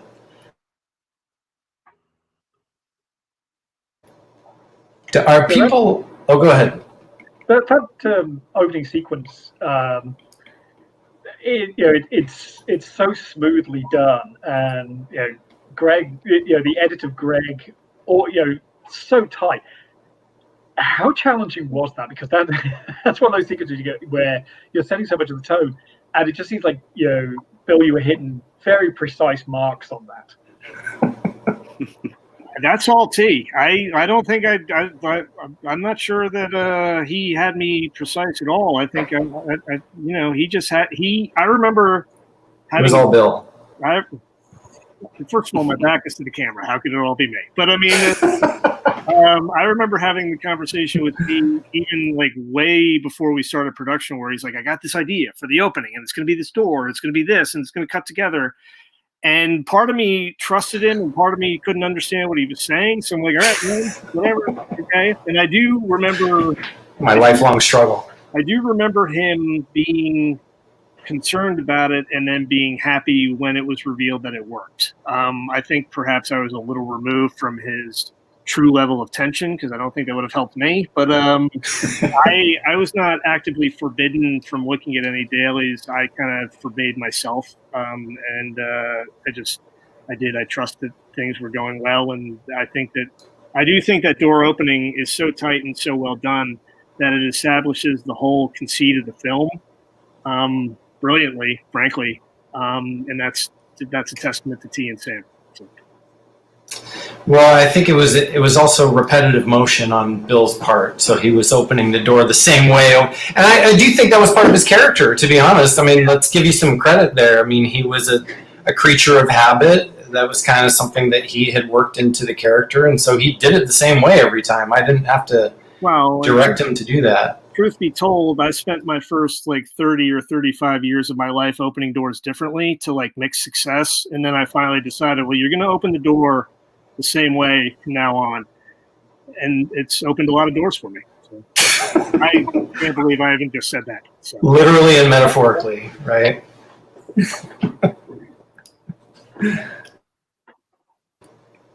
Sam, were you gonna? Sorry, and the way Sam edited it, obviously, I mean, it just enhanced what Bill had already done. Oh, and yeah. I don't even know if that was your intention, T, to do the cuts between that same shot of the door of Bill going to the door or not. But I just saw it working and tried it, and it's like, oh, okay, this is great. No, I really did. I hadn't envisioned it that way, and when I saw it, I was really excited about it too. It was amazing. I knew on some level that sequence was going to work, because if you lock down a camera and you show this, something, the same thing happening in different timelines over and over, that it's got to work. So I was pretty sure it was going to work. So there wasn't this great level of tension in my head. I wasn't anxious about it really, but the way that Sam put it together was like, oh wow, this works better than I had ever really envisioned it. So that's to Sam's credit and Bill's credit for doing it the same way every time. We're jumping in and out of the restaurant scene here a bit. I just wanted to make a quick mention of Will Holbrook and Octavio Rodriguez, are two other actors in the scene here who just brought a great extra layer to everything, especially with their great comedic timing. Oh, yeah. Go ahead, Bill. Well, that was part of what we were talking about before, the switch from the apartment to the restaurant. I mean, part of all the change and kind of mood and environment and energy were Shannon, Godwin, and Will Holbrook and Octavio Rodriguez, who all brought a new energy, and Kristen. And part of it was those two guys who were both 19 years old when we shot 1 Hour Outcall and owned the world. I think they have the world by the short hairs. I was very envious of the way they go through life and their energy and their positivity and their humor. They were such fun to work with. Again, it goes to what we were talking about before, part of the change up in energy in the movie. So. And I got to be honest, when I first read the scene in the script, and I know we went back and forth on it, Bill, and you did a great job writing it, but there were certain jokes in there where I was like, that's not funny. I mean, like, it's fine, but it's not funny, you know. And I know funny, right? and I was wrong. I mean, there were certain, like the all business thing. I just thought, I don't get it. I don't get how that's supposed to be funny. Like, it's fine. I'm fine with it. But, if we're going for a laugh, that's not it. And then, Bill, he had a better vision on that than I did because he wrote it. And then the way the two of them delivered it, especially Will. Yeah. I mean, his delivery was perfect. It was like, yeah, there you go. Boom. So, credit to Bill and credit to Will for making the humor in that scene work. I take no credit for that. But it's a fascinating scene because it's when you blow when you blow up the relationship between Greg and Anna at that moment by putting other people in there, it gives them a whole different context. Greg, it's the first time you see Greg around somebody his own age. You see the difference between him and the two younger men, but also at the same time you see Anna is mature. Anna is she's closer to Stacy than she is to Greg and Stacy's daughter in a lot of ways. It's a fascinating moment where you just get this new depth for both of them comes through, and it's where I think your sympathies start to shift a lot more to Anna and away from Greg. I was thinking about this is the point where we start to really take sides a lot more as their relationship starts to fall apart narratively. I was wondering about that for both for kind of a writing point of view, but a performance point of view of how far you wanted to take this idea that we start to lose sympathy for Greg. Well, I started with the notion with the entire story of telling a piece about good people doing bad things. And just as the process of writing kind of went along, it did kind of become one of these things where it's like, well, whose POV is this? And I kind of found that interesting that for the first 2/3 of the movie, I think the POV can kind of be considered shared, and then things at the restaurant kind of start to reveal themselves, and then it reveals itself to be Anna's movie. And I'm fine with the notion that Greg is not inherently a good person on a lot of levels, and Greg does things that he's not blowing up buildings and he's not kidnapping and holding people for ransom, but he's doing things that aren't nice, and he's doing things that are vaguely sociopathic. And it's one of those things where, kind of like the age difference, I kind of wanted it to kind of become kind of buried a little bit underground, and then you're reminded of it. So like Greg's bad behavior was kind of the same way. I kind of wanted it to kind of coast, and maybe you have sympathy for him, and then something happens where it's like, oh, well, that's not a nice person. And I'm fine with that. If like you're kind of up in the air about choosing where your sympathies lie, or you like both of these people and then all of a sudden you like one of the people, I thought that was kind of the compelling tension of the film. And it wasn't something I set out to do, but it was something that I kind of learned during the course of the script. And I think T and I kind of let it ride in a way. And then I think the answer kind of presented itself at a certain point. And I think what I want to point out here is in the restaurant scene, one of the many things I loved about working with Natalia Ochoa is just the look in her eyes. To me, it's really a masterclass in what an actor and actress can do with just their eyes. You feel what she's going through in this scene just from watching her eyes without her saying anything, which I just think is one of the amazing things about her performance in it. Thank you so much. I tried. Well, I think is in that moment, I really, really had to, this is where Anna's like walls really came up again, once again. And it was like such an interesting thing to play, just exploring all of my internal feelings, but understanding that I couldn't actually show it because there was a bunch of people that had no idea what was actually happening behind the scenes. And like I mentioned, like occupational hazard. I just like it was almost it was great because the scene itself presented itself for me to be able to do that.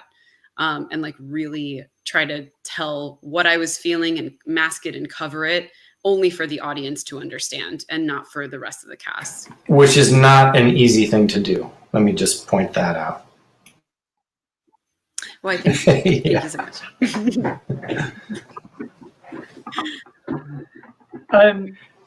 Natalia, you mentioned earlier that your favorite segment to perform was their kind of first encounter, the blue dress section, and her playing around in the library and establishing the rules. At the same time, what was the most challenging of the segments for you as a performer? I think, let's see, what was the most I think there was one moment, but me and T handled it really well. It was one of the moments when it was one of the sex scenes, and like for whatever reason, even though I was like, trying to be light and making jest like the entire time, there was one moment where I feel like I don't know what happened. Like my body reacted. It was like in a certain way, and I got like really uncomfortable in one of the sex scenes. And it was nothing that Bill did. It was nothing that anyone did. It was just, I don't know. Like it almost like I got maybe like confused in a second. And I remember like stepping away and talking to Tina. I don't even remember what we said. It was just like, oh, I'm feeling really uncomfortable right now. But in that moment, it was just so incredible to be surrounded with people that were just like so empathetic about it. And just like, even though I didn't fully know what was going on, because I think that's when sometimes like the lines between like acting and reality get blurred, that you have to check yourself. And then yeah, it was just really nice to be in a crew that was just so empathetic. So it didn't even feel, I just felt really safe to actually be able to say something like that. And I've heard that that's not been the case in many other like circumstances with that, because it is really delicate at the end of the day. Billy, the same question for you. What was the as a performer, like your favorite segment to work on, but then also the most challenging? Well, my favorite segment and my favorite scene is when he gives her the watch, right before she graduates, right after the bathtub scene. So that scene in the living room where he gives her the gift, and it's really kind of evident that they've grown to care about each other, and the walls have kind of come down for both of them. I just get a bang out of watching that scene every time. Like, this is the end of it. And as far as the challenging stuff, I mean, it's the sex scenes were challenging. I mean, that's definitely outside of my comfort zone. I'm thrilled to hear that Natalia thinks that we all handled it well, because that was paramount to me. So that's really gratifying to hear that. So that was challenging just because of what that is. It's challenging to act opposite one person for so long. It becomes a challenge in and of itself, because you're forming a bond in between takes, and you're forming a bond during the course of 3 weeks, because you're the only two acting wise who are in it, or you're in this together. So you kind of I had to remind myself where we were in the story periodically, and where my character would be.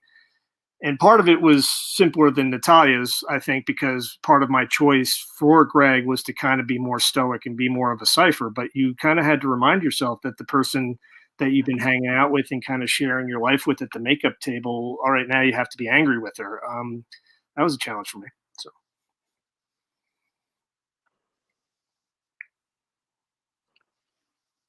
Okay, same for you, T. Like, well, as a director, because each of the scenes has a different energy, and at the same time, so and you're directing them, each one is in a go, and then moving on to a different scene, even if in the edit they're so interwoven. As a director, apart from managing to get that light fixture into the shot, which do you see as kind of your favorite and the most challenging of each of the hours functionally? Of each of the hours. Okay, so basically each section. Yeah. Which was my favorite and which was the most challenging. Interestingly enough, I think that my favorite moments they actually kind of, okay, so I think the Thanksgiving scene is probably my favorite. Just for a lot of the same reasons that Bill said that, his favorite was the gift giving scene. I think for me, because there is a different level of intimacy, you feel that they're both letting their guard down in a way, and you see that Greg does care for Esmeralda.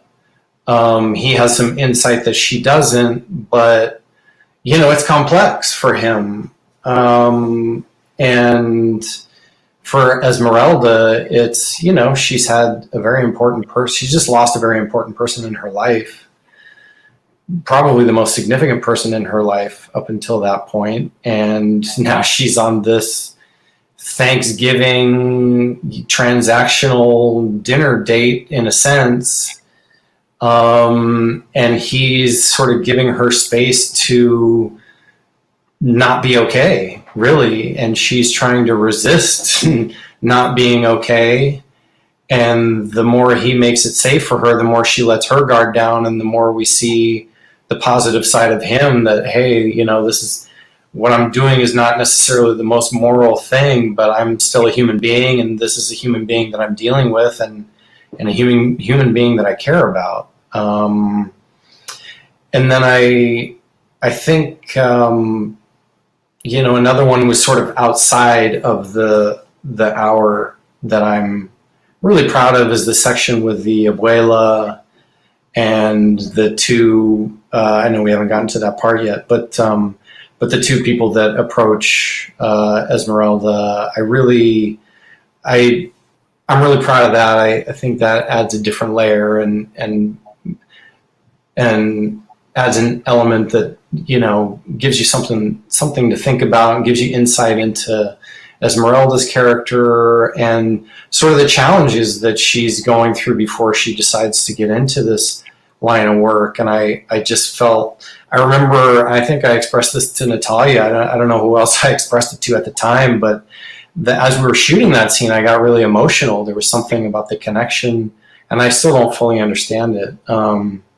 Something about the connection between the grandmother and Esmeralda that I just found very moving and touching, and I feel it even talking about it now. And in terms of challenging, I don't know that I could put my finger on one specific aspect of the movie that was more challenging than another. I think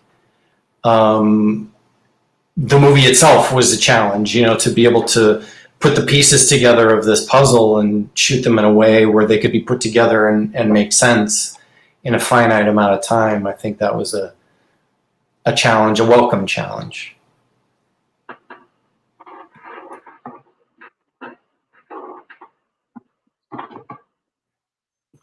Yeah, and I think that part of the reason is because that scene with the grandma,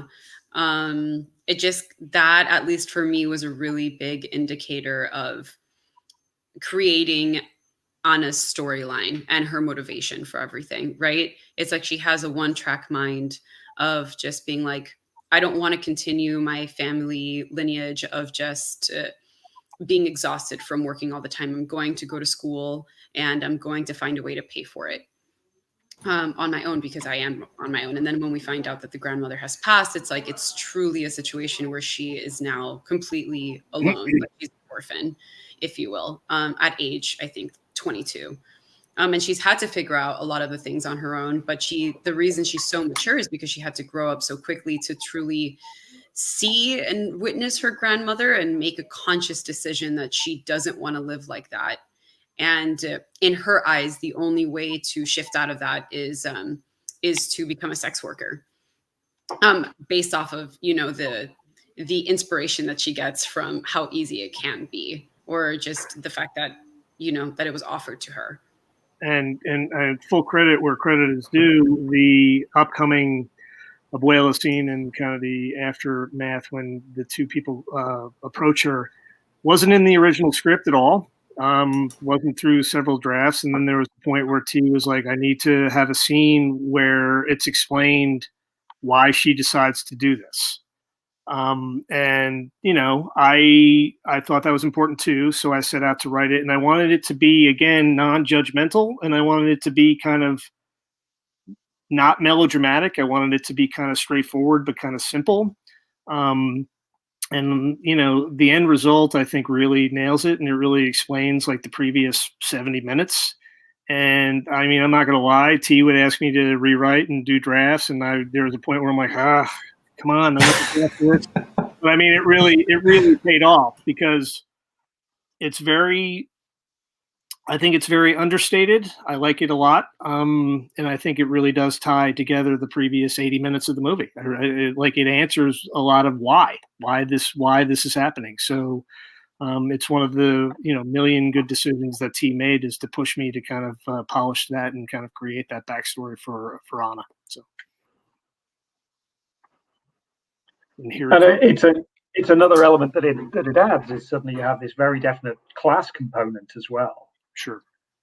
Yeah. You know, her best friend just gets given a car because daddy's trying to make it up with her, and you know, she's had to, you know, there's something much more hard scrabble about her, and you like, it's this moment where I think it adds this additional element of not just humanizing her, but explaining so much about her. And I was, because when exactly in the process of you know, Natalia, was this scene in the script when you first read it? Because I think I could see it being a very important character beat for a performer when you see, oh, this is this moment for her. This is the, you know, and you know. So was it there when you read the script, or was it a later edition? Because no, Bill, you said it was late in the process. Yeah, I believe it was. Was it Bill? It was there by the time you came on board. It was there, but it was not there in the original few drafts that I wrote. So yeah, but it was there by the time. Mm-hmm. By the time we casted it was there. Yeah, and to that being said, it's like even if it wasn't there, I would have still found some sort of backstory motivations. That's my most favorite thing to do when I get any script, is to just fully delve into the character and create their whole backstory, to make sure that I'm not judging the character, especially in this situation where it's a sex worker, and where, you know, it's a profession that a lot of people place judgment on. So when I read this, it did make a lot of sense that that's what it was, especially because that's very true in the Latino culture. And you know, of just strong women just kind of like breaking the family lineage, especially if it's first generation or even second generation American.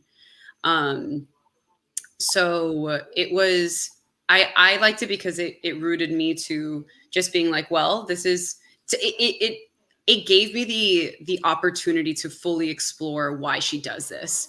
And, you know, not having parents also, and not growing up with parents, was also just very difficult for her, you know, so that's why she has to feel like she's in control all the time.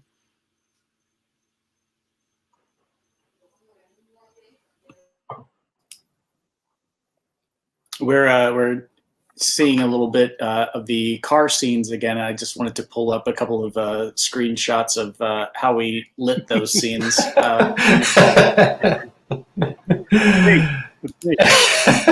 There they are. There they are. I had brake lights. That's right. I put a red gel on Bill's, so he had the brake lights.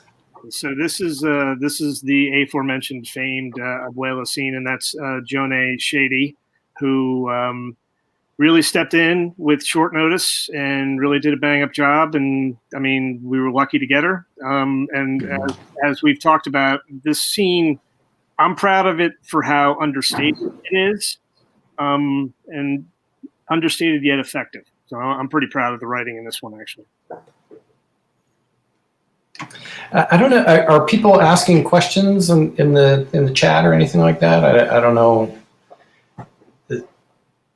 I don't want to neglect the audience. I'd like to answer their questions if there are any. Oh, yeah, sorry, I was muted. I haven't seen any come in yet, so if we do get any, I'll pop them up on screen for us.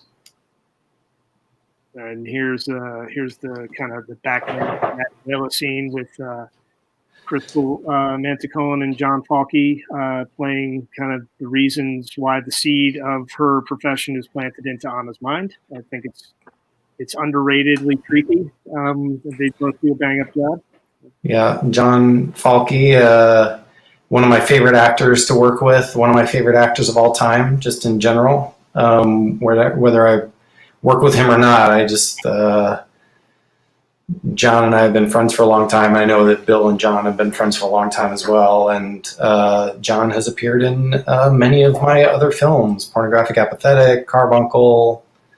Yeah, he's a pleasure to work with. And Crystal, I met working on a movie directed by a friend of mine, Evan Richards, which has not been released yet, but that's how we cast Crystal in the role.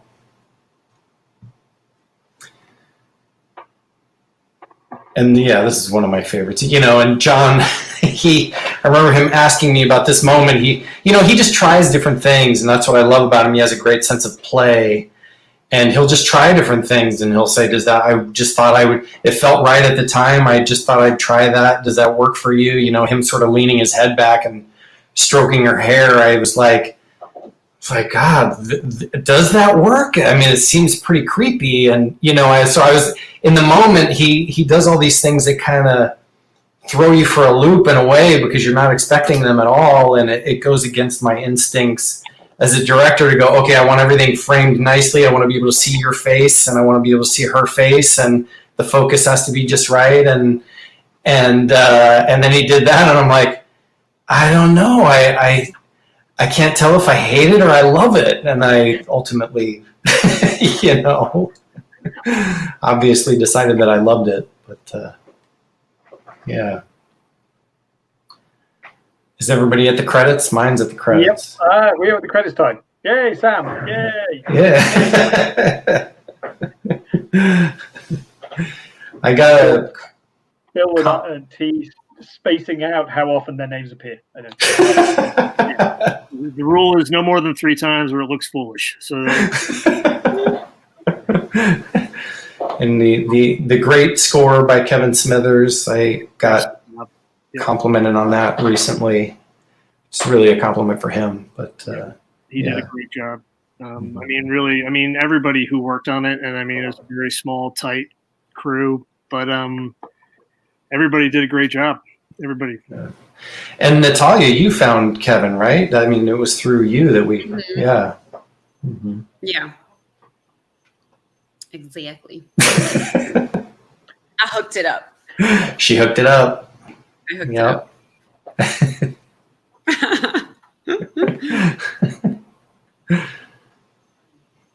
And yeah, I'm sorry. Coming up are all the people who helped make this happen. You'll see. Very full title card coming up. Everyone knew. Yeah. Kudos to Bill for just for raising the money to make it, and for all the people that contributed. I mean,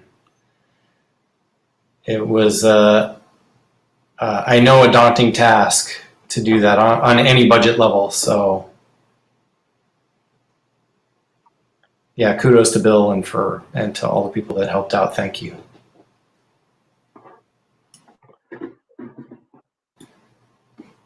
Well, that was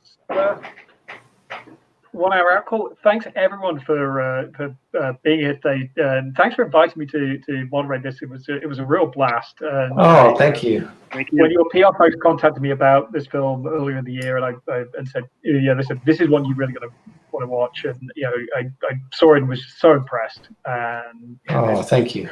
the nuance and the characterization and just everything about the script and the performance of it and the edit I was just really super impressed by. I really appreciate you bringing me in today. So thanks very much indeed. I think we should let everybody say goodbye and say what you're working on next, because I always like people plugging their next projects.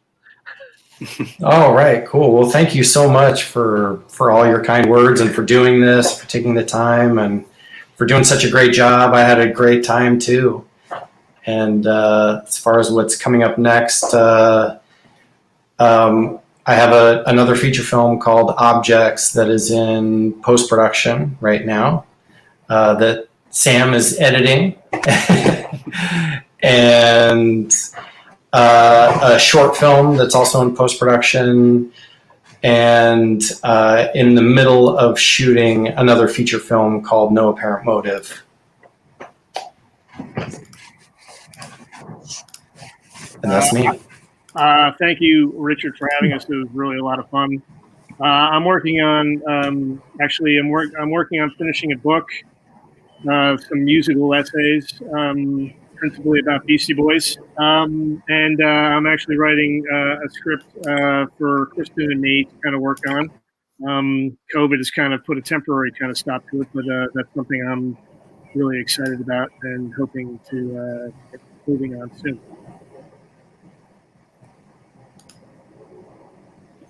Looks like Mari commented there. Well, Natalia, Natalia, you got something to plug? Thanks, Mari. Yeah. No, I was just going to see if anyone else was going to talk. Yeah, thank you so much for your kind words. I really am so happy that you enjoyed it. And the next thing that I'm working on is actually tomorrow, I am launching a video podcast called Wake Up the Power of Your Intuition. So I'm really excited about that. It's on my YouTube channel, Natalia Ochoa. And I'm very excited to just be sharing weekly episodes. It's going to be available on YouTube and Apple and Spotify. Kristen? Awesome. I am about to Lucifer. Jerry, a couple of things happening. So it's a show on Netflix. Things on Bosch and American Crime Story. Enough to be a little busy during this COVID time, but it's weird. It really changed the dynamic, I think, of us as actors and being able to work so closely with our directors and our producers. They're just not allowing it as much. So I think that's I don't know. I think it's going to suffer a little bit possibly with that. But anyway, not to get on a soapbox, but that's what I'm doing. And thank you so much, Richard, for this. I've never done anything like this. This was a blast. Yeah. Same here. It was awesome. So Sam, thank what are you. up to next? Oh, Yeah, well, actually, and then I just recently had another film I worked on come out, The Dark Divide. I love that film. That is. Thank you. Another film that came out of nowhere, and I went. It's the world's most low key Sasquatch movie. It's not finding a Sasquatch for 90 minutes and revelation. My daughter's in that one. Her voice is in that one. I just had to put that out there. She and her two of her best friends. They're the voices of the singing Girl Scouts in the background. The director of that film, Tom Putnam, is actually who referred me to T to work on our Outcall. Yeah. So, and then I'm also working on another a film with Tom, a documentary called The United States of Insanity, which is about the rap group, the Insane Clown Posse. Their fans, the Juggalos, were designated as a gang by the FBI and the Department of Justice. So that was causing a lot of problems for them. And in turn, ICP turned around and decided to sue the FBI. So the film is about their story of going up against the government. So that's a lot of fun. It should be coming out next year. And I have a few other films that I'm working on right now too that are in various stages of production. Like T mentioned, we're finishing up his film Objects. So yeah, a lot of exciting stuff coming out next year. Fantastic. Well, looking forward to seeing all those projects next year, and maybe doing this again for one of those. So thank you. That would be all. awesome. Thank you all for tuning in for this this live watch party. Tell your friends to watch one of Outcall. It's on iTunes. It's on Amazon. You can watch it on Amazon Prime if you're an Amazon Prime member. Thank you all so much. Have a great holiday season. And again, get your friends to watch this film because it is great. Thanks, Richard. Thank yeah, you so thank much. you so much. Thank Thank you. Thank you. Right. Thank you, Richard.